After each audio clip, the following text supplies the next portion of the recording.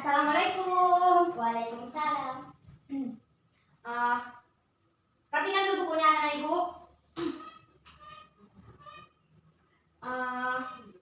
Udah sarapan dari pagi? Udah, Bu. Ya, sekarang kita mulai belajar ya. Sebelum kita mulai belajar, ada baiknya kita berdoa. Yang memimpin doa, Emma. Ayo, Emma. Marilah kita berdoa.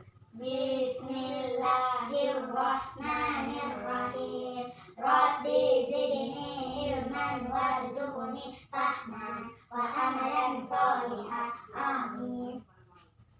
Ya, Ibu. Baiklah, Ibu absen dulu ya. Emma. Hadir, Bu. Sorba. Hadir, Bu. Ya, hadir. Jadi jangan pernah nggak masuk sekolah ya anak-anak ibu. Iya, Bu. Kalau menuntut ilmu itu harus semangat, rajin, biar dapat ilmunya. Sekarang kita belajar tentang apa, coba dilihat bukunya. Coba dilihat dulu awalnya. Pengertian cara membuat contoh rasa dan jenis-jenis parafrase. Jadi sekarang ini kita belajar tentang parafrase puisi.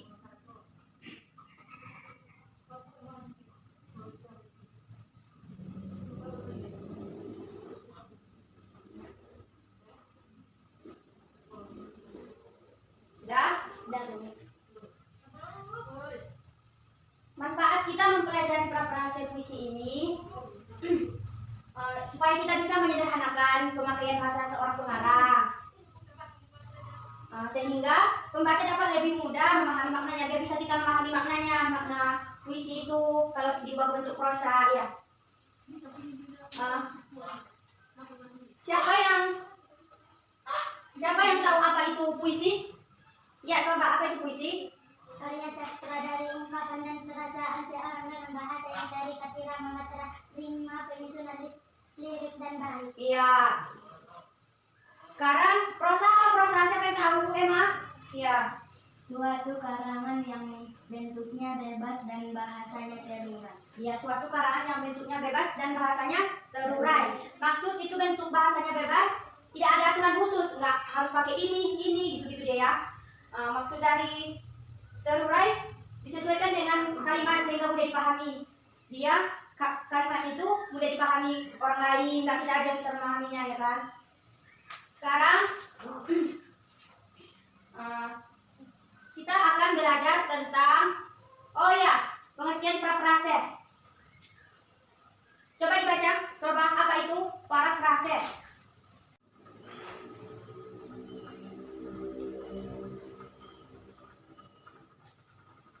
Coba Sorba bacakan pengertian parafrase. Parafrase atau parafrase adalah pengungkapan kembali suatu tuturan bahasa ke dalam bentuk bahasa lain tanpa mengubah pengertian.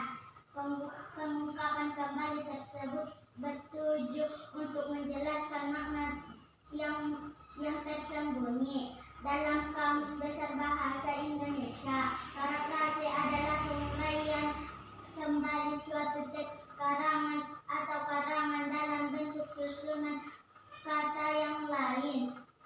Dia sampai situ aja. Udah kan udah paham dia apa itu puisi, apa itu prosa, apa itu parafrase. Sekarang langkah-langkah memparafrasekan puisi menjadi prosa. Yang pertama itu membaca dan mendengarkan puisi dengan seksama. Sebelum mengubah puisi ke bentuk prosa, baca dulu puisinya, dipahami apa isi kandungan puisinya, biar kita tahu apa ungkapan yang terdapat dalam puisi, biar bisa diubah ke bentuk prosa. Sekarang ibu buat contohnya. Dengarkan ya, ibu kasih contohnya. Bu kasihmu sepanjang masa takkan bisa tergantikan. Dengan harta dunia Hanya kasih sayang tak sehingga yang akan kuberi selamanya. Terima kasih Ibu. Jadi perapasnya itu ibu tulis apa yang ibu bacakan? Ibu tulis apa ibu bacakan contohnya? Ditulis. Tulis.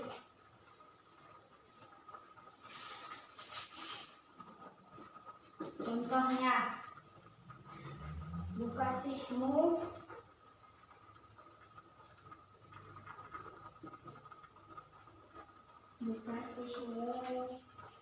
sepanjang masa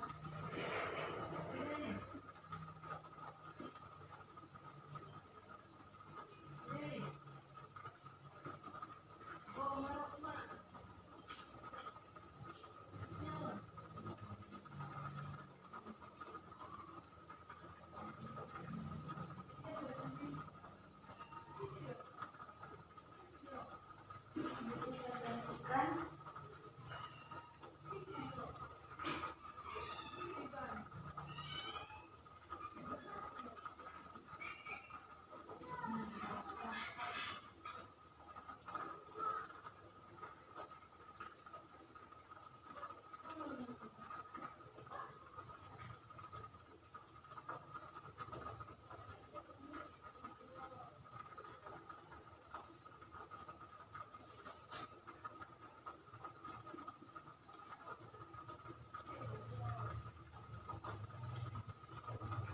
terhingga yang kan kuberi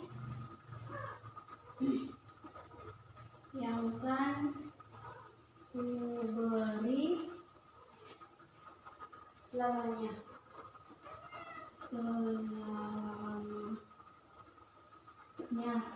Terima kasih Ibu.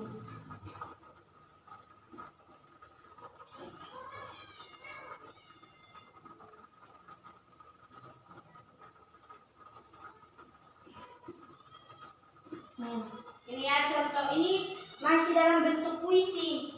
Ini masih dalam bentuk puisi ya. Ini masih puisi. Bu kasihmu sepanjang masa takkan bisa tergantikan dengan harta. Hanya kasih sayang tak terhingga yang akan kuberikan selamanya. Terima kasih Ibu. Berarti ini tentang ibu, kan puisinya untuk ibu. Bu kasihmu sepanjang masa, berarti kasih ibu kita ubah ke bentuk prosa. Jadi dia, coba baca dulu. Bu kasihmu sepanjang masa, berarti ibu kasihmu sepanjang, biar kita bisa apa namanya, biar mudah kita pahami. Coba, bu kasihmu sepanjang masa, berarti kasih ibu sepanjang masa, kan takkan bisa tergantikan, berarti kita tidak akan bisa menggantikan dengan harta dan kekayaan. Maksudnya kan kalau kayak gitu lebih mudah kita pahaminya. Kita hanya dapat membalasnya, ini kan hanya kasih sayang tak terhingga yang akan kuberikan selamanya. Berarti kita tidak bisa membalasnya dengan kasih. Kita hanya dapat membalasnya dengan kasih sayang tak terhingga, berarti selamanya.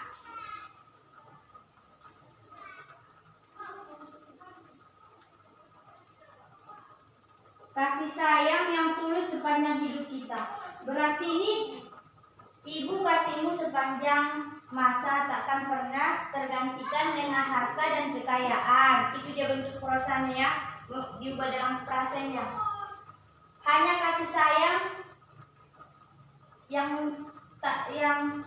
hanya kasih sayang yang tak terhingga yang dapat kuberikan selamanya. Terima kasih Ibu. Kan jadi mudah dipahami inti maksud puisinya kan?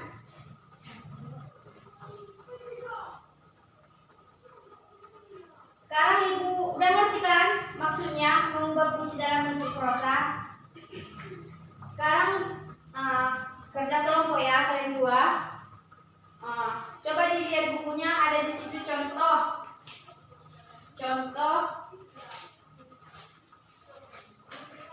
kan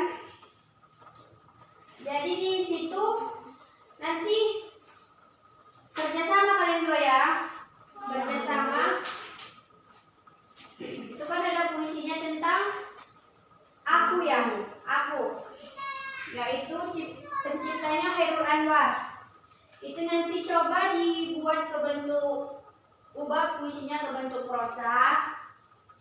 Baca dulu puisinya biar paham artinya ya kan. Nanti ada yang satu mencatat. Ya coba kerjakan nanti lah. Catat dulu. Baca dulu puisinya. Coba bacakan ke depan puisinya. Biar paham kawannya. Ayo bacakan. Aku kalau sampai waktuku, ku mau tak seorang kan merayu, tidak juga kau, tak perlu sedih-sedih itu. Aku ini binatang jalang, dari kumpulannya terbuang. Bila peluru menembus kulitku, aku tetap marah dan menerjang. Luka dan biasa ku bawa berlari hingga hilang peri, dan aku akan lebih tidak peduli. Aku mau hidup 1000 tahun lagi. Iya, tepuk tangan. Udah dibacakan kawannya. Jadi udah ngerti maksud puisinya kan? Sekarang mengubahnya ke bentuk prosa. Ayo baca langkah-langkahnya yang tadi ya, yang ibu bacakan di awal.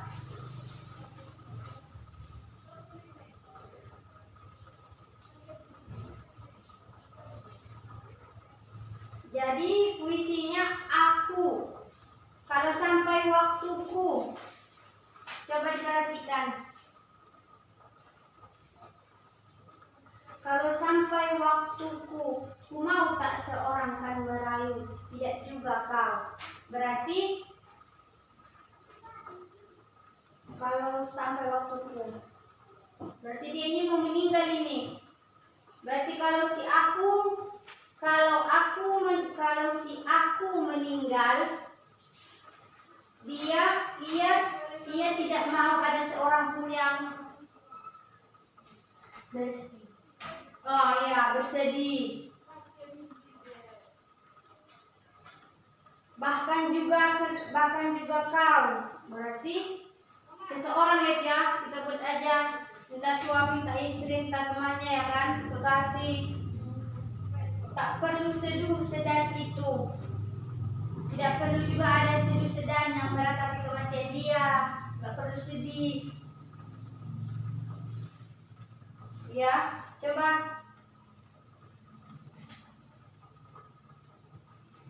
Aku ini binatang jalan. Karena dia apa? Sebab tidak ada gunanya kan?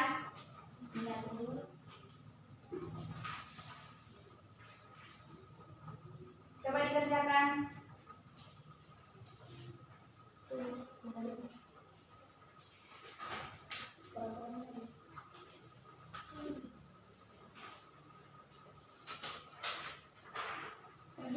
Kerjanya sama-sama ya, namanya juga kerja kelompok.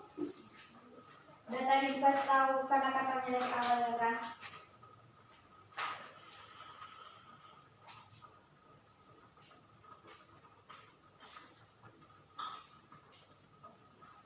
Udah? Udah, Bu.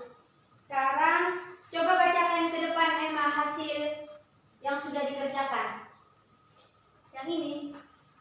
Itu yang kau tulis. Maju ke depan. Bacakan ya. Kalau si aku meninggal, yang meninggal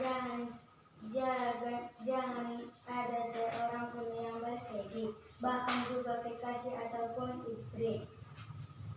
Tidak perlu juga ada sedan yang meratapi kematian si aku, sebab itu ada gunanya.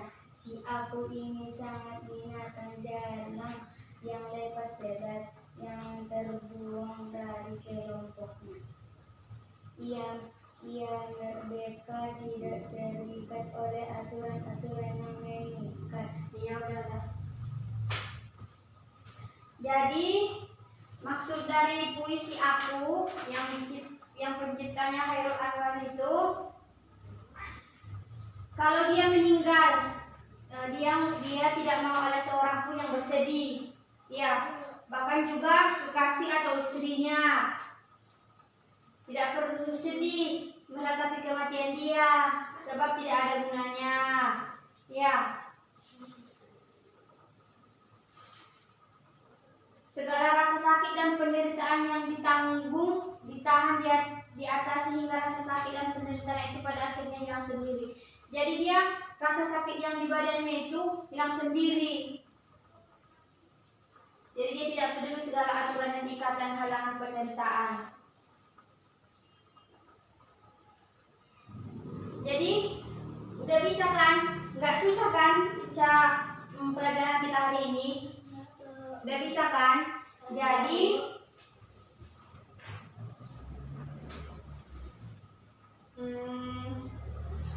tugasnya di rumah itu kan di halaman selanjutnya ada puisi lagi, ya kan? Jadi coba diubah ke bentuk prosa. Coba beberapa sekali nanti ya puisinya di rumah. Mbak besok ibu periksa lagi. Iya, udah bisa kan? Nanti baca dulu puisinya, pahami makna, yang mana kata-kata yang mau diapakan, dipahami. Iya. Sekarang kita membuat resume ya. Coba dicatat ya, catatan.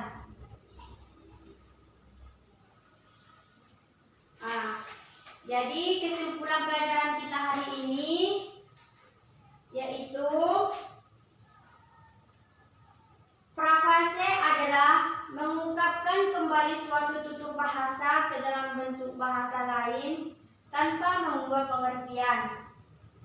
Dalam Kamus Bahasa Indonesia, prafasa adalah penguraian kembali suatu teks atau karangan dalam bentuk susunan kata yang lain dengan maksud untuk dapat menjelaskan makna yang tersembunyi. Udah siap? Ada 5 cara memperpasakan puisi menjadi prosa. Yang pertama, membaca atau mendengarkan pembacaan puisi dengan seksama. Yang kedua, pahami isi kandungan puisinya secara utuh. Pahami dulu. Yang ketiga, jelaskan kata-kata kias atau ungkapan yang terdapat dalam puisi. Yang keempat, uraikan kembali isi puisi secara tertulis dalam bentuk prosa dengan menggunakan kalimat sendiri. Itu menggunakan kalimat sendiri-sendiri ya. Ibu tengok dulu tugasnya besok, entah sama apa enggak tugasnya.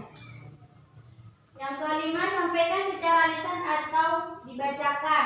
Besok dibacakan satu-satu ke depan hasilnya. Iya.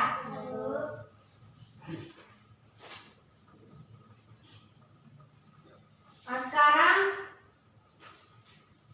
ibu tugasnya sebelum bentar lagi kamu pulang, ya kan? Ada lagi 10 menit lagi. Coba dikerjakan halaman pertama, kedua. Yang kedua ya. Coba ubah puisi yang di halaman 2 itu ke bentuk parafrasenya ya. Ibu tunggu 10 menit, siapa siap angkat telepon.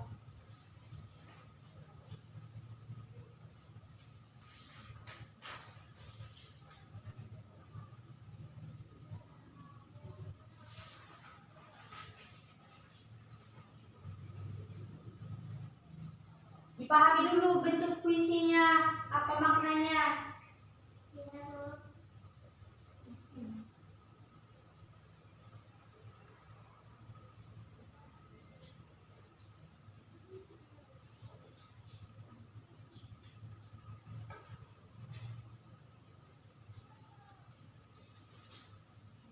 Udah? Coba ibu lihat.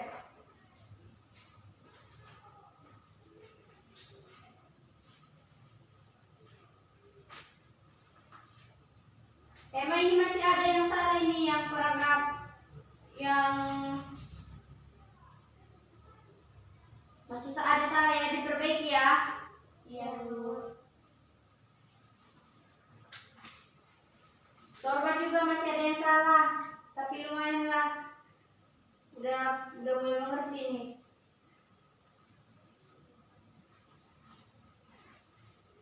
Jangan lupa kerjakan tugasnya ya yang ibu kasih di rumah. Ya Bu. Baiklah.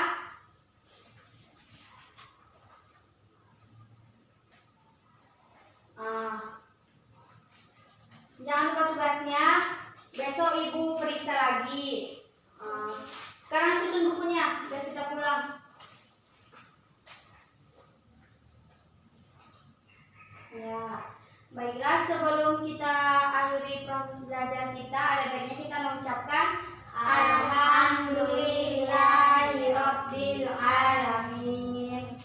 Ibu akhiri dengan salam. Wassalamualaikum warahmatullahi wabarakatuh.